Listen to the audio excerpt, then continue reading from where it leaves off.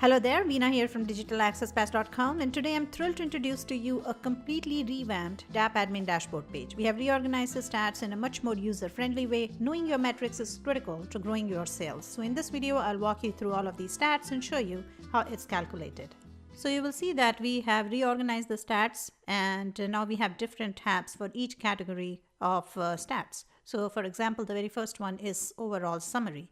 So you can see everything that's going on with your membership site: total sales, total earnings, total refunds, refund amount, and the net earnings for the selected date range. By default, the date range is just 1 week, 7 days, and you can change that here, or you can select different dates by changing the start date and the end date. And you will see that we have more detailed breakdown by product, by members, in different tabs. So if you want more detailed stats, you can go to these individual tabs. So all the numbers that you see here, they are calculated using actual payment orders that were received by DAP or processed by DAP during the selected time period. Now these numbers come from DAP payment orders page. So what you can do is go to payment orders page, and it will bring up a page like this. Make sure that you have selected the same date range as the admin report page. Click on search, and it will show you a full breakdown of all the payment orders that were received and processed by DAP in that selected time range. So for example, if you want to figure out total sales in the selected date range, then you just have to add up the amount that you see here where payment status is set to completed. But in an upcoming release, we are going to completely change the payment orders page where you don't have to manually add up the numbers. It will all be there for you. You'll be able to export orders. You'll be able to delete orders. So everything will be way more easier, and that's coming soon too. But for now, if you want to figure out the total sales number, you just have to add up the amount where payment status is set to completed, and it will match the numbers that you see in the admin report page. Also, as far as refunds is concerned, if you don't refund it in the payment orders page in DAP, then the refund amount is not going to show up on your reports page. So make sure that even if you have refunded it directly in your payment processor, that come back to the DAP payment orders page, find the order right here, click on the order ID. It will take you to the order details page, and be sure to click on the refund button there to complete the refund process. This will negate the payment amount, and that way all the numbers that you see in the admin report page will be accurate. Also in the summary tab, you will find earnings summary table, and here you will find the numbers broken down by year and month. You will find total number of sales for each month in that specific year, and also the net profits, net amount.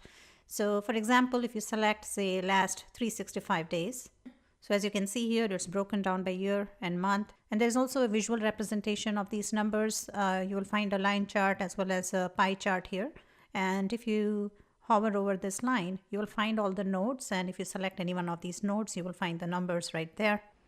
Also in the summary tab, at the top, you're going to find the overall summary and the table, then the line chart and pie chart.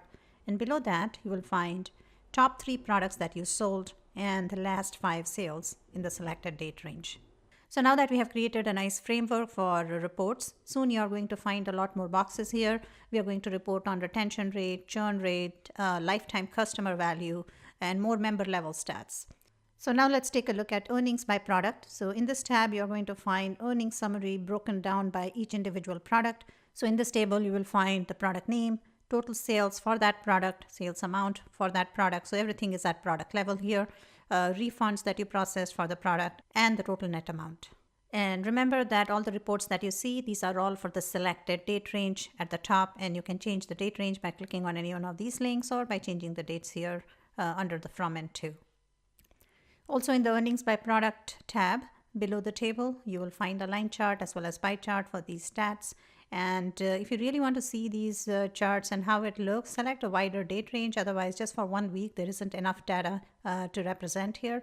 So say, for example, select 90 days, and you will find a lot more activity here in the graphs. Moving on, members per product tab. So here you will find member product breakdown. So you will see how many members were added newly to that product in the selected time range, how many members were active at some point during the selected time period. So it's possible that their access had expired sometime within the selected time range, but they had active access at some point in that selected time period. And expired members, it will tell you how many members whose access expired sometime in that selected time range. Also, like the other tabs, if you go down this tab, you are going to find all the graphs, charts. So you'll see the line chart, you will see the pie chart with more details and the breakdown of members per product. So the entire summary is here. Again, if you select a long enough, wide enough date range, the graph will show you the lines. Otherwise, if the range is too narrow, too small, then it might just be a straight line, wouldn't help you much. But if you want to really see how you're doing in terms of how many members were active or how many members access had expired, then select a wide enough date range and you will see the whole picture in the graph. So in the member summary tab, you will find overall member. So you will see how many total members you had active in that selected time range. So this many members were active at some point in that selected time range, and how many members access had expired in that selected time range. So you will find these stats here, the overall stats here. If you want a more detailed product level breakdown, you will find it in the members per product tab. So now the affiliate traffic tab. Here you will find affiliate traffic stats. User ID here is the user ID of the affiliate who is sending you the traffic. HTTP referrer is the URL of the page that is sending you the traffic. And destination is the landing page where they will get sent when they click on the affiliate link, and then the date and time of when this link was clicked. So I hope you like all the new updates that we have made to the DAP admin reports page. As I mentioned before, we'll be adding a lot more stats, so it's going to keep getting better.